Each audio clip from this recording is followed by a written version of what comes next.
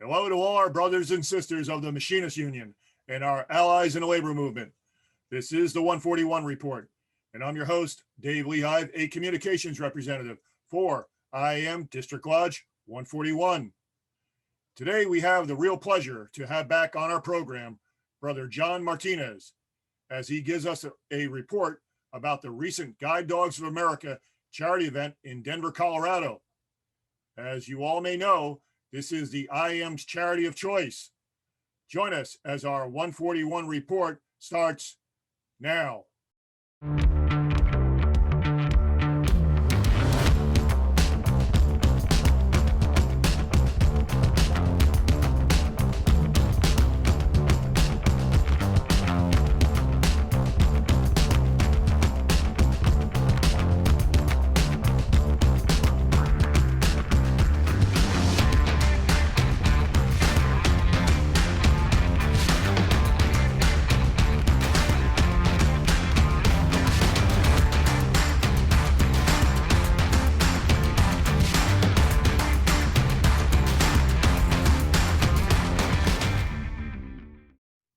Brother John, welcome to the 141 report. How you doing?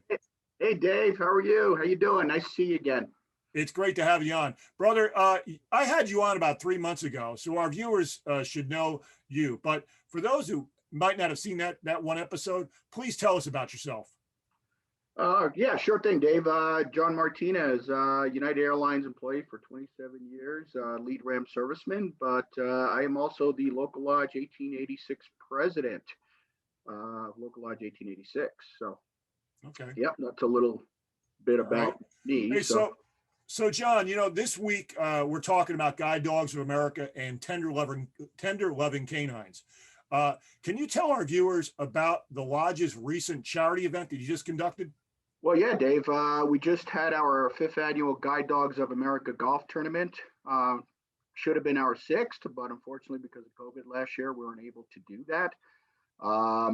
It's a charity event that's held at the Guide Dogs of America, not Guide Dogs of America, I'm sorry, Broadlands Golf Course, which is an awesome golf course. Those guys are awesome over there. It was a huge event. We sold out for the first time ever. 144 players came out and played and participated. I had volunteers out there. It's nothing that I've never seen before. We sold out this event in less than probably 6 weeks. We wanted to, doing a wait list after that, but it was awesome event. Way better than what we all expected. I worked with some other guys that helped me do this over the years.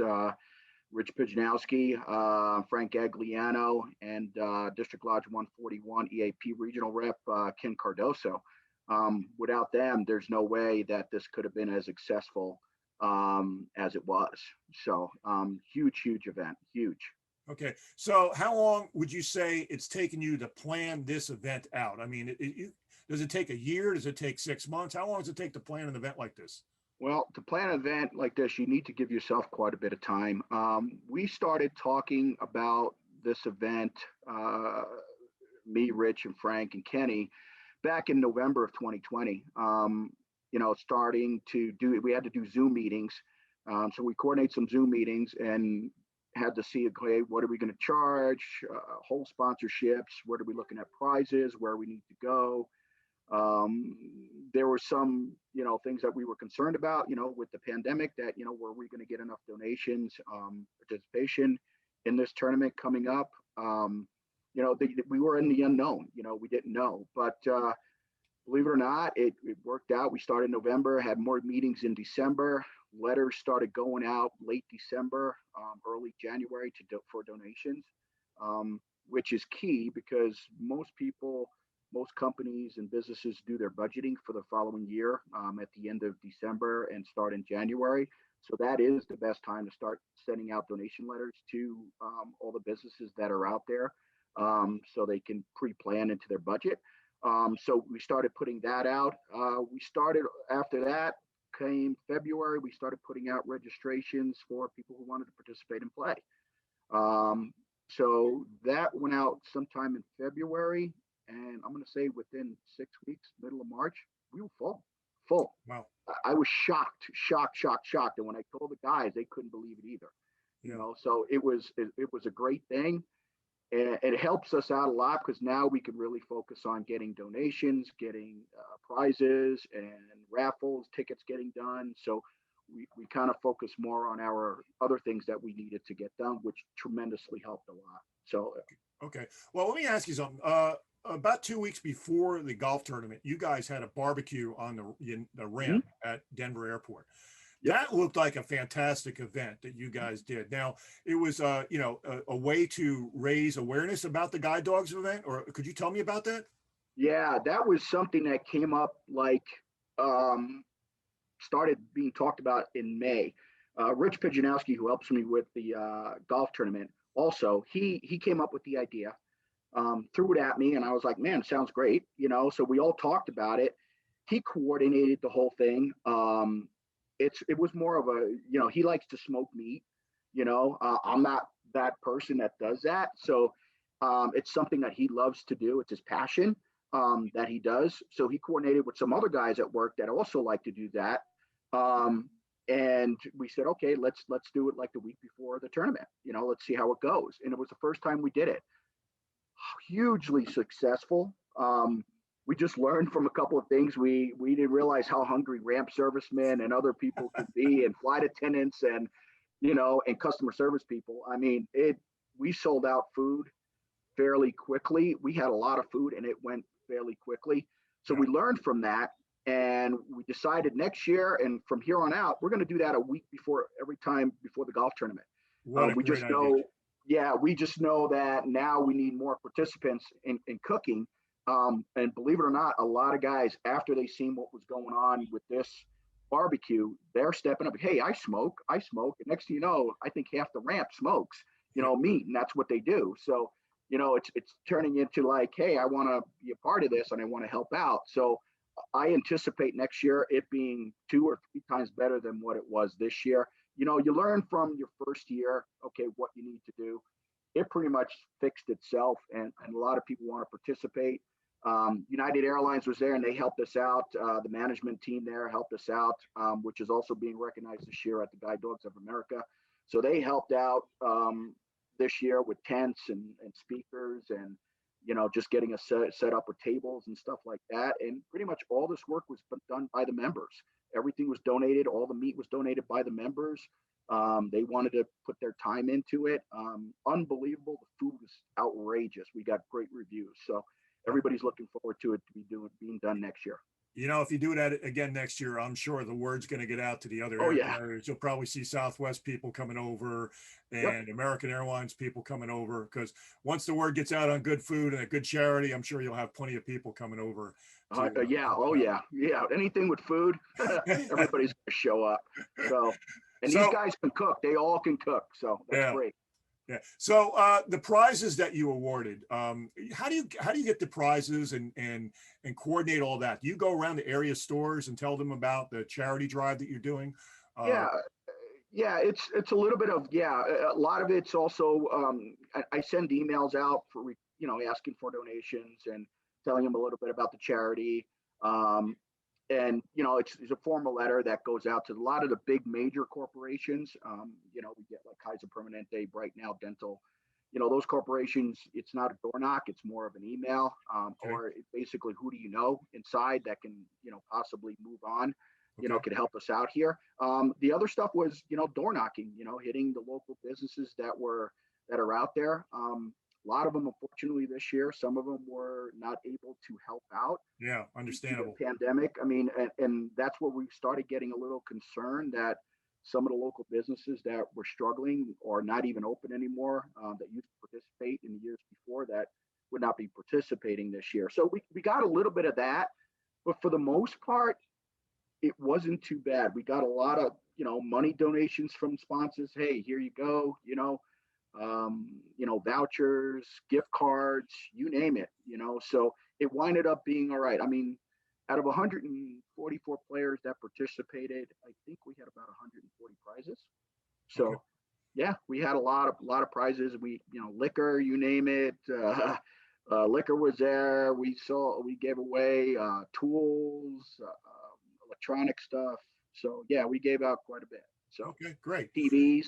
So let's talk a little bit about what you do. You when you're on the course, right, at the golf tournament, you guys allow sponsorship of holes, right? So how does that work? And I want to ask you, there was a hole that was done in memory of Rich Pasquarella, and I want you to comment about that. Yeah, whole sponsorships, like I said, we ask donations. Part of the registration form is if you don't want to participate in the golf tournament, we're asking, if you can whole sponsor, which some of these sponsors do.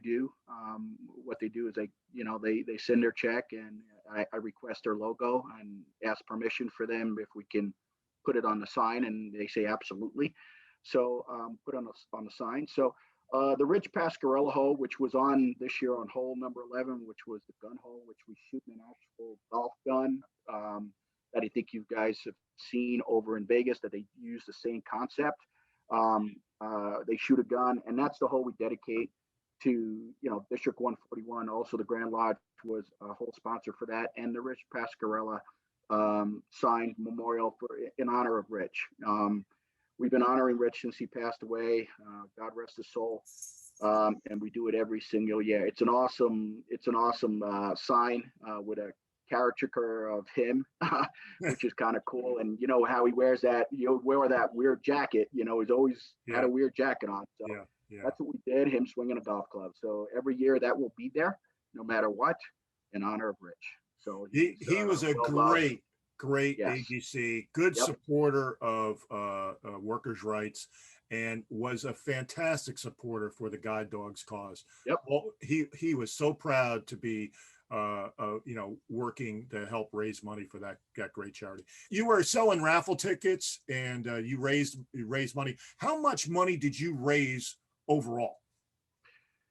Well, I am proud to say this was the most we have ever done for this charity, with the participation, donations.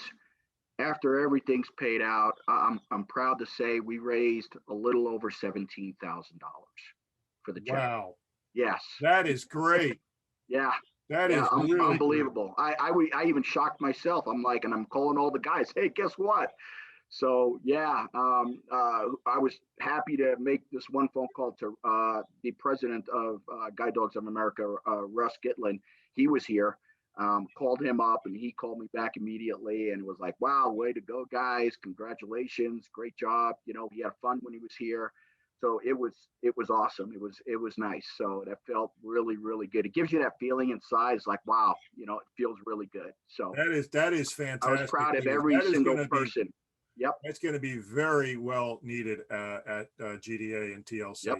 So 100%. Yeah, we're all proud of it. So I commend all the members out there and everybody that donated to help out such a great cause. Hey, we got to start wrapping this interview up. So is there anybody you want to make mention of, or did I might have forgotten to ask a question wise that we needed to talk about? I mean, I want to thank the guys. I mean, without Rich Pijanowski, Frank Agliano, and Ken Cardoso, there's no way this would ever be successful without them, and I got a lot of volunteers that helped out. Everybody volunteers their time, so it makes things a little bit easier. I also want to thank Ann, I think it's Inklet, who came out with the dog, with her dog Haven. This is her third year coming out here. So I thank her for coming out. She had a great time. Wonderful lady, beautiful dog.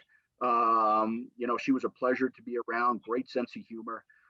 So I was happy she came out also. Okay, fantastic.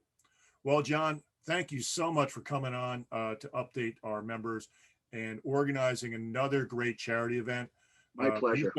These donations are going to go towards raising and training these incredible dogs that will help those in need of service animals from Guide Dogs of America and Tender Loving Canines. So thank you so much. Yep. Thank you. And tell people save the date for next year. It's going to be June 24th next year. So all right, we'll mark that down on the calendars. If any of our viewers want more information or to donate, please visit guidedogsofamerica.org. And there's all types of information that's on their website. You can donate money there if you want to and help the dogs out. This finishes up this week's 141 report.